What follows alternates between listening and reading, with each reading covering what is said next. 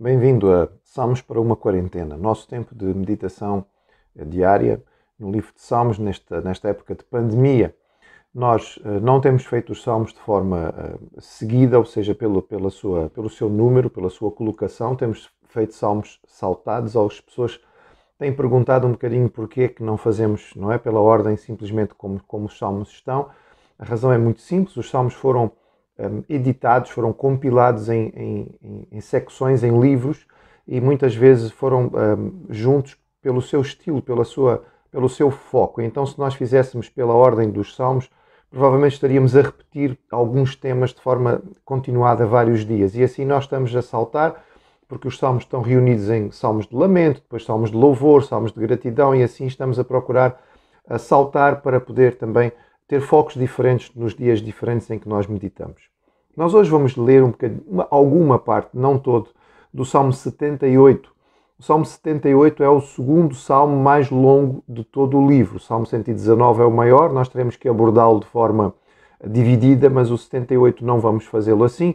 É um salmo muito longo, é um salmo didático, é um salmo de ensino, é um salmo também, podemos dizer, histórico, porque ele vai trabalhar com a história de Israel.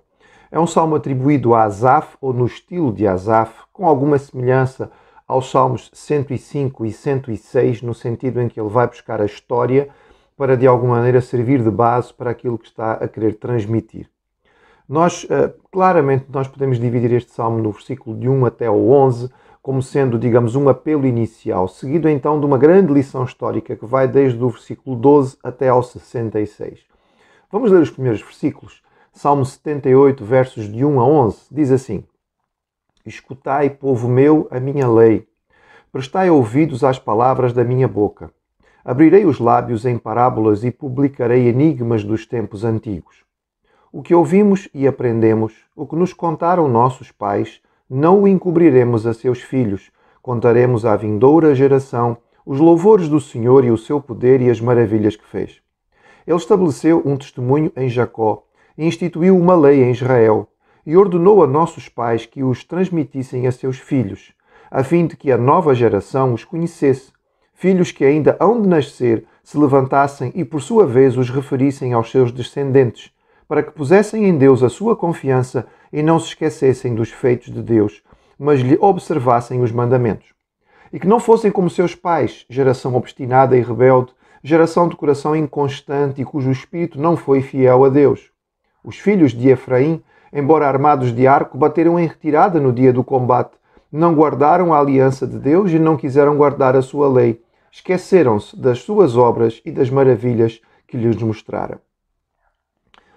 O início do Salmo é então um grande apelo. É um apelo para o ensino, para o conhecimento do passado e a transmissão deste conhecimento às novas gerações. Há uma noção clara de que aquele que está a escrever o Salmo aprendeu as histórias e conheceu aquilo que foi as vitórias e os feitos de Deus na história do seu povo e tem então, ou sente então, esta responsabilidade de transmitir este conhecimento à próxima geração. Nós vemos claramente a noção da transmissão de geração em geração, portanto recebemos dos nossos pais, vamos transmitir aos nossos filhos, para que eles possam transmitir aos filhos que ainda nem nasceram. É interessante isto porque nós percebemos aqui lições preciosas. As histórias que estão na Bíblia e aquelas que nós conhecemos do povo de Deus ao longo destes séculos de existência do cristianismo não são apenas entretenimento. A Bíblia não é um livro tão cheio de histórias para poder ser divertido e mais fácil de ler. As histórias estão aí porque elas falam da vida, falam do dia a dia, falam da experiência com Deus. Falam de pessoas, homens, mulheres, carne e osso como nós, que experimentaram a realidade de Deus nas suas vidas, em bons e em maus momentos. Estas histórias são-nos dadas para instrução, são lições daquilo que é certo e errado, daquilo que podemos e devemos fazer e daquilo que podemos e devemos evitar. São histórias que nos são dadas para que nós possamos crescer e amadurecer.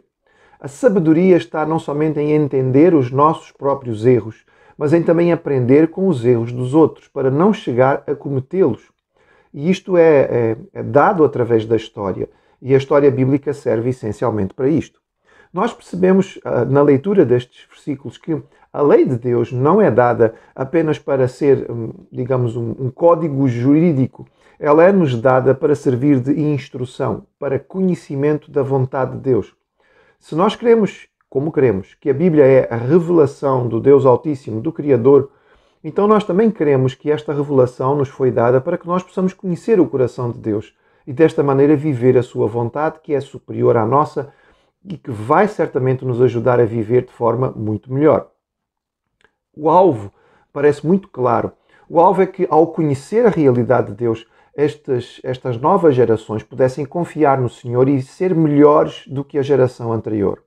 O alvo não parece ser de forma nenhuma o saudosismo. É relativamente comum, quando nós começamos a contar as histórias do passado, cairmos no erro do saudosismo. Não é antigamente era tão bom, nos bons velhos tempos, as coisas aconteciam assim e assim. Nós temos que viver o tempo que nos é dado e não chorar pelo tempo que passou. E temos que ensinar aquilo que eventualmente no passado foi útil para que as próximas gerações possam ser vitoriosas com o Senhor. A partir do versículo 12, então em diante, nós vamos encontrar uma sucessão de relatos históricos. É muito grande para neste pequeno espaço nós falarmos. Mas, por exemplo, claramente no versículo 12 fala-se a respeito da travessia do Mar Vermelho. No versículo 14 fala como Deus guiava o seu povo no deserto através de uma nuvem de dia e da chama de fogo durante a noite. No versículo 16 nos conta os episódios no Horebe e no Meribá, quando o povo precisou de água e Deus fez brotar água no deserto, nas próprias rochas. E vai-nos falando como Deus tomou conta deste povo, apesar de que era um povo obstinado, um povo teimoso, um povo que muitas vezes não percebia as bênçãos de Deus. Versículo 24 faz-nos falar sobre o maná, a provisão diária de Deus, digamos, a padaria divina, que todos os dias trazia o suficiente para que o povo tivesse comida. Depois, versículo 27, quando o povo choramingou que queria carne, Deus providenciou através daquela nuvem de codornizes, carne em grande quantidade para que o povo pudesse alimentar. E apesar disto, o povo foi rebelde, o povo foi teimoso, o povo não fez aquilo que Deus pedia. O povo mostrava altos e baixos, ou seja, quando as coisas corriam mal, como diz o verso 34, arrependiam-se e buscavam a Deus, mas logo que as coisas começavam a ficar melhores, acabavam por se afastar. Nós depois temos uma lista de algumas das pragas, do versículo 43 ao 48 e depois até ao 50. O salmista nos conta 7 das 10 pragas do Egito, terminando com a principal, a mortandade dos primogênitos. E depois ele ainda fala no versículo 55 sobre a conquista de Canaã, como Deus deu vitória ao seu povo sobre as nações que moravam em Canaã. E ele vai ainda falar sobre experiências traumatizantes do fim da época dos juízos, quando Israel foi derrotado pelos filisteus e a arca foi tomada e o local do tabernáculo em Siló foi destruído. Nós encontramos isto nos versículos 60 a 61. O Salmo termina com um foco claro de ênfase em Judá. Ele fala sobre a rejeição de José. Além disso, versículo 67, rejeitou a tenda de José e não elegeu a tribo de Efraim, escolheu antes a tribo de Judá, o monte Sião que ele amava. Parece que provavelmente este salmo já é um salmo composto na época da divisão, onde os reinos estão divididos. E, portanto, há uma noção do salmista de que o reino do sul é o reino que está fiel ao Senhor e que está mantendo aquilo que é a tradição dada por Deus na sua palavra e mantém no trono alguém que é descendente de Davi. Como diz o verso 70, também escolheu a Davi, seu servo, e o tomou dos redis das ovelhas para que ele apacentasse o povo de Israel. Uma figura comum nos textos antigos, o rei como o pastor da sua nação. Guardamos deste salmo a nossa responsabilidade de contar às novas gerações aquilo que Deus tem feito, de explicar às novas gerações as maravilhas do Senhor.